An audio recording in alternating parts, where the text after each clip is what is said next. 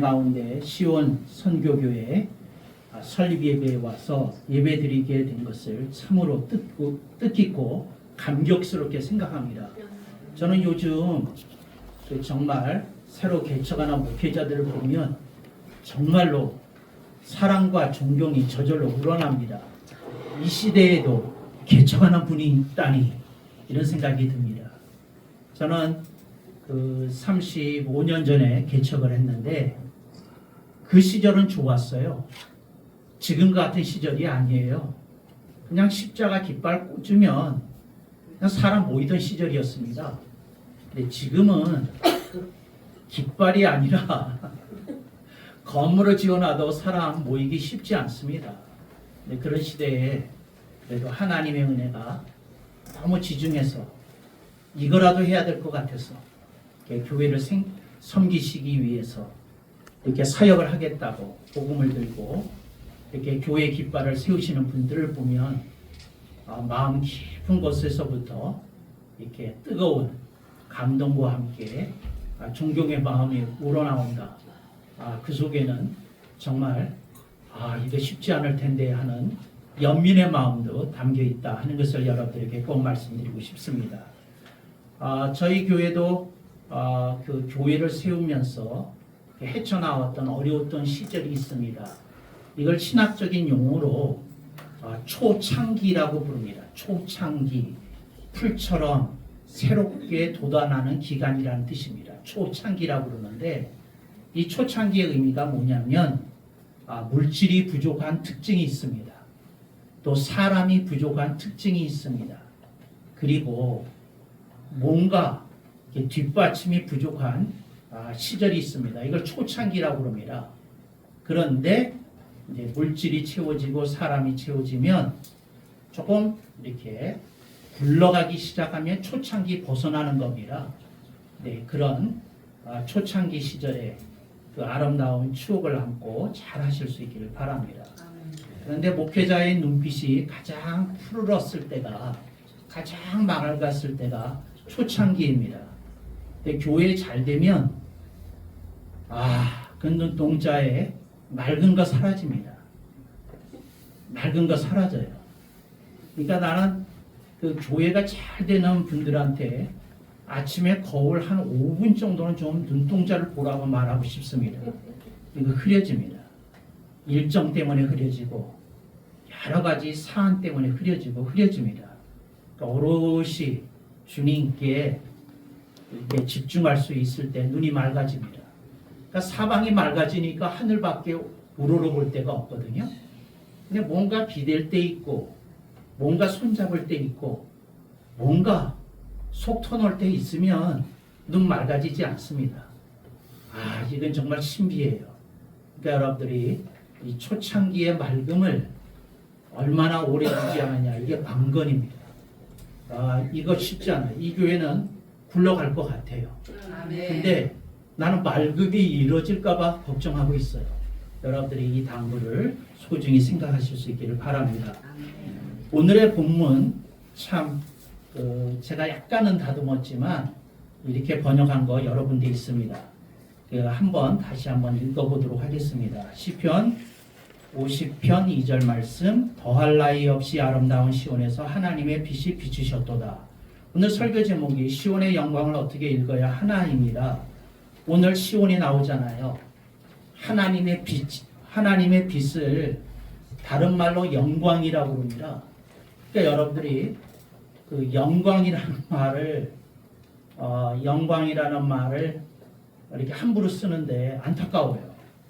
여러분, 사람에게는 영광이라는 말을 쓸 수 있는 단어가 아닙니다.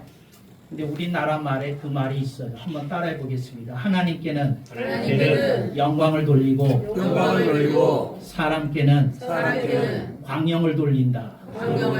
뒤집었어요. 그래서 여러분, 이걸 영어 성경으로 읽거나 영어 용어를, 신학 용어를 배우면 재밌습니다. 영광은 글로리, 그 다음에 광영은 언어라고 합니다. 여러분들이 사람께는 이 영광이라는 단어를 개혁주의 신학에서는 쓰지 않는다. 이걸 꼭 기억하고 보실 수 있길 바랍니다. 그러니까 하나님의 빛이 영광이에요. 영광이라는 뜻이 무슨 말이냐? 하나님의 빛을 영광이라고 그래요. 그리고 구체적으로 번역할 때 신광, 하나님의 빛 이렇게 해서 신광 혹은 영광이라고 그런다. 그렇습니다. 근데 오늘 본문에 보니까 우절에서는 시온이 나오고 아랫절에서는 하나님의 빛, 영광이 나오잖아요. 그래서 시온의 영광을 어떻게 읽어야 하나? 시온의 영광이 빛나는 아침. 오늘이 그날이에요. 아침이잖아요. 시온의 영광이 빛나잖아요. 성령님 이 자리에 함께 하시고 주님은 우리를 지켜보고 계시고 하나님 우리를 축복하시는 줄로 믿습니다. 근데 제가 설교 제목을 이렇게 한 건 이런 뜻이에요. 시편 50편 2절을 읽으면서 이걸 제대로 읽을 사람이 얼마나 될까? 죄송해요. 제가 신학자라 이런 건방진 생각을 하는 것 같지만 정말 그렇게 생각합니다. 그 이유는 이거 문자 그대로 읽으면 이렇게 읽어져야 돼요. 더할 나위 없이 아름다운 시온에서 시온이 아름답다는 거예요. 하나님의 성전이 있으니 아름답다는 거예요. 이 뜻이에요. 거기에 하나님의 빛이 비추셨도다 이거거든요. 근데 이거 이런 뜻이 아니에요. 이게 무슨 말이냐면 문자로는 이렇게 돼 있는데 영어로는 이 뜻이 아니에요. 그래서 제가 고민을 좀 했어요. 이걸 제대로 읽어지는 대로 뜻을 따라 번역을 해서 본문을 오늘 연이역으로 제시할까 이런 충동이 있었어요. 근데 그러면 설교가 재미없겠더라고요. 답을 다 보여주고 하니까. 그래서 여러분 이거 읽어보면 그렇게 돼 있잖아요. 시온이 먼저 나오고 하나님의 빛이 나중 나오잖아요. 이게 이 뜻이 아니에요. 이게 무슨 뜻이냐면 그러니까 시편 50편 기자가 말하려던 것은 뒤집어서 얘기한 거예요. 뭘 뒤집어서 얘기한 거냐면 하나님의 빛이 비치시니 시온이 더할 나위 없이 아름답도다 이 뜻이에요. 근데 이게 참 안타까워요. 우리는 문자로 성경을 대하잖아요. 그러니까 문자는 그런 뜻인데 이게 깊은 뜻을 이렇게 알면 이거 뒤집어 읽어야 되거든요. 그러니까 하나님의 빛이 비칠 때만 시온이 더할 나위 없이 빛난다 그 뜻이거든요. 그러니까 하나님의 빛이 임해서 이 시온이 빛나고 예루살렘이 빛나고 예루살렘 성전이 빛나고 예루살렘 도성이 빛나고 이스라엘 민족이 빛난다 이 얘기를 하고 싶은 거거든요. 근데 지금 거꾸로 돼 있잖아요. 잡아요. 사람이 많이 모여야 하나님께 영광이 간다 우리 생각하잖아요. 우리 교회가 뭔가 선교의 열매를 많이 거두어야 하나님께 영광이 간다고 생각하잖아요. 그러니까 여러분들은 시편 50편 2절을 이 문자 그대로 읽고 사시는 겁니다. 내가 뭔가를 해야, 내가 뭔가를 이루어야, 내가 뭔가를 바쳐야, 내가 뭔가를 드려야 그 풍성과 부요 속에 하나님의 영광이 임할 것 같은 생각을 품고 산다는 거죠. 근데 이 본문의 뜻은 그 뜻이 아니에요. 뒤집어서 얘기한 거예요. 하나님의 빛이 비추셨을 때에 시온이 되었다. 이제 이렇게 번역해도 돼요. 이제 그 뜻이거든요. 그래서 여러분들이 그 어떤 사역적인 면에서 눈을 갖고 사역하면 탈진되는 게 당연한 코스예요. 왜? 그렇게 사니까. 또 그래야 될 것 같으니까. 근데 이거 뒤집기 되게 어렵습니다. 이거 뒤집는 거 어려워요. 왜냐하면 우리들이 눈 뜨면 현실이 먼저 보여요. 이거 굉장히 어려운 얘기예요. 제가 아침에 눈을 뜨기 전에 시편 50편 2절 말씀을 묵상해요. 근데 어떻게 하느냐면 이게 이 구절을 그 의미를 가슴에 품는다는 게 무슨 말이냐면 제가 이제 이렇게 신호가 오잖아요. 아침이다.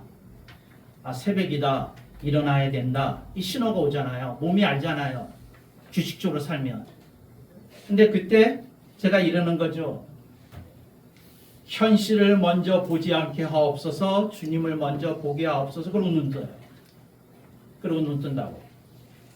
근데 여러분들은 그냥 눈 뜨니까 현실이 먼저 보이고 하루 종일 현실 보고 사는 거예요. 그리고 기도 시간이 돼야 하늘 우러러보고 그때 주님 보고. 여러분들 지금 눈을 한번 감아 보겠습니다. 한번 감아 보고, 주여, 제가 주님을 보고 현실을 보게 하옵소서. 눈 벌쩍 번쩍하고 이제 뜨셔야 돼요. 이게 습관 되시면 하루에 그 의식이 살아 있습니다. 아, 내가 그 주님을 먼저 보고 현실을 봐야 되는 거구나. 이거 쉽지 않아요. 모세가 그 홍해 앞에 섰을 때 뒤에 애국군이 추격해 오는데, 그 이스라엘 백성은 앞에 현실, 막혀 있는 바다를 봤고 뒤에 현실, 쫓아오는 애국군의 말 발굽 소리를 듣고 있었어요.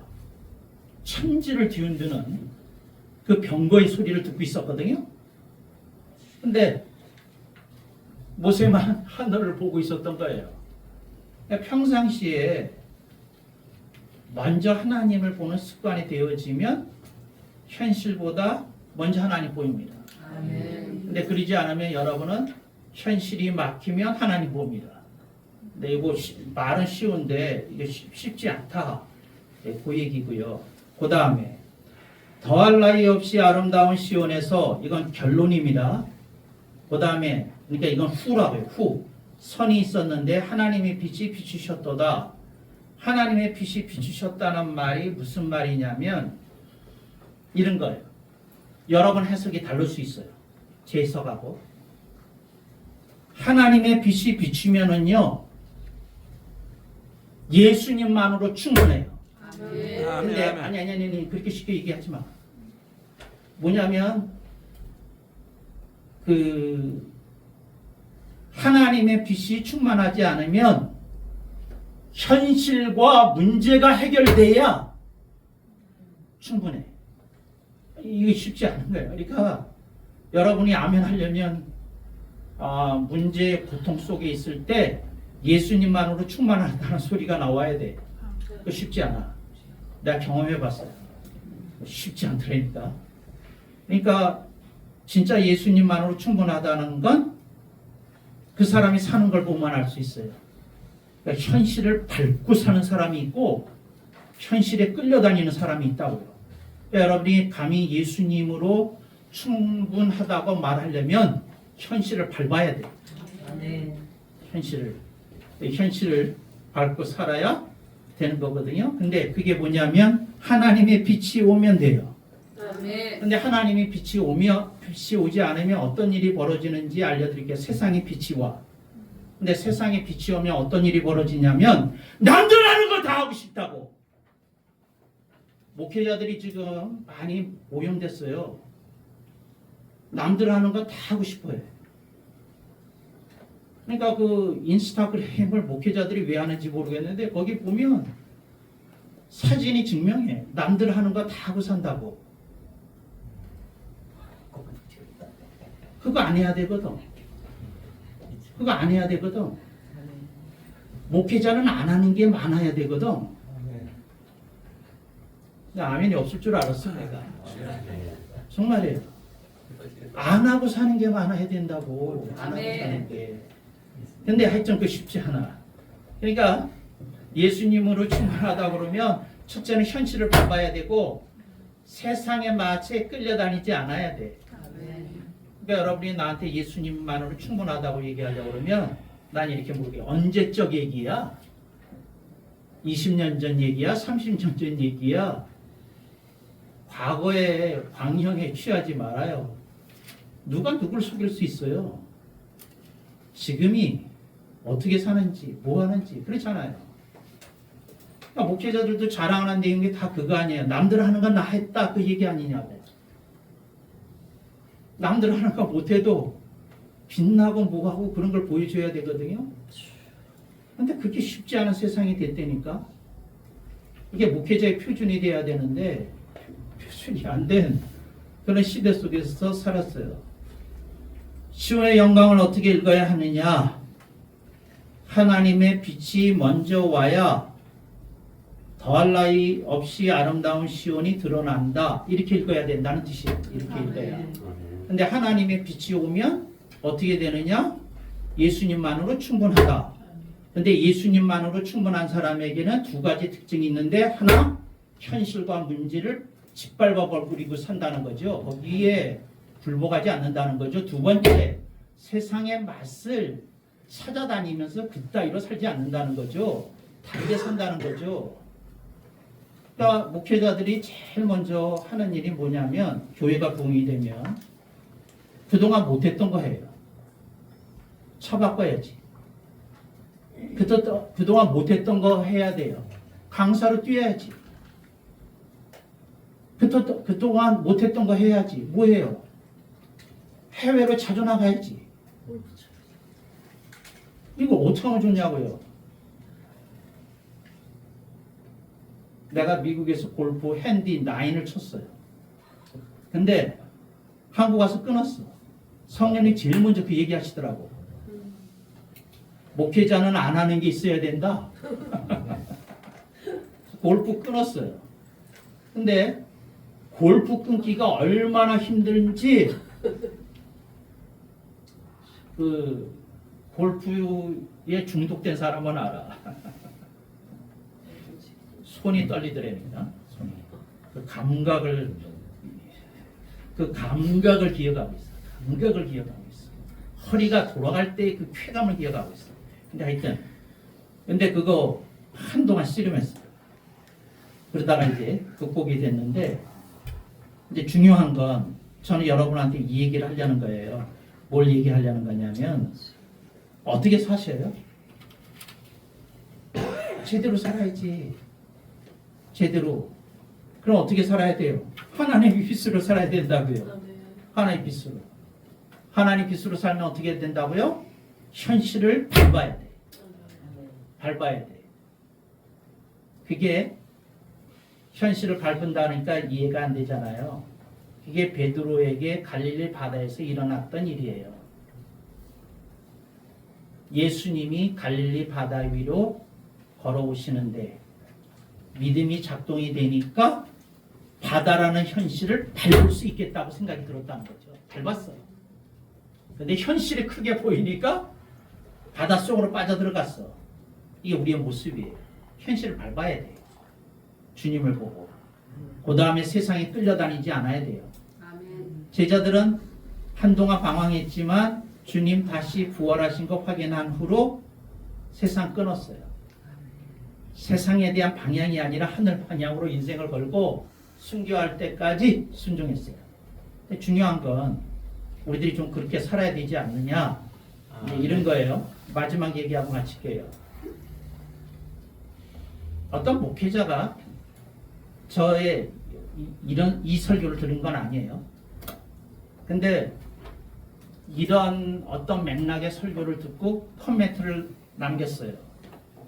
강사님은 초현실적 설교를 하시는군요. 이러더라고요. 그러니까 현실을 어떻게 이겨내느냐, 그렇게 얘기를 하더라고요. 그래서 제가 그분의 귀에다 대고 한마디 했어요. 왜 목회자 되셨어요? 내가 물었다고요. 초현실적 설교를 살아야 되는데 그게 어렵다고 얘기를 하면 왜 목회자 됐느냐는 거죠. 성도로 살았어야지. 여러분이 표준을 제시하지 못하고 모범이 될 수 없다면 리더가 되면 안 돼요. 뒤에 서야지. 아멘 안 할 줄 알았어요. 뒤에 서야지. 앞에 서면 안 돼. 요즘은 그 구별이 잘 안 돼요. 리더와 팔로워의 그 구별이 별로 안 돼. 왜? 니나 내나니까. 그러나 리더는 달라야 돼요. 목회자는 달라야 돼요. 표준을 제시하고 모범을 보여야 되고 주님을 기쁘시게 해야 되고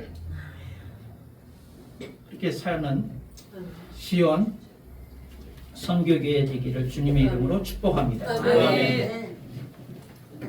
찬양합시다.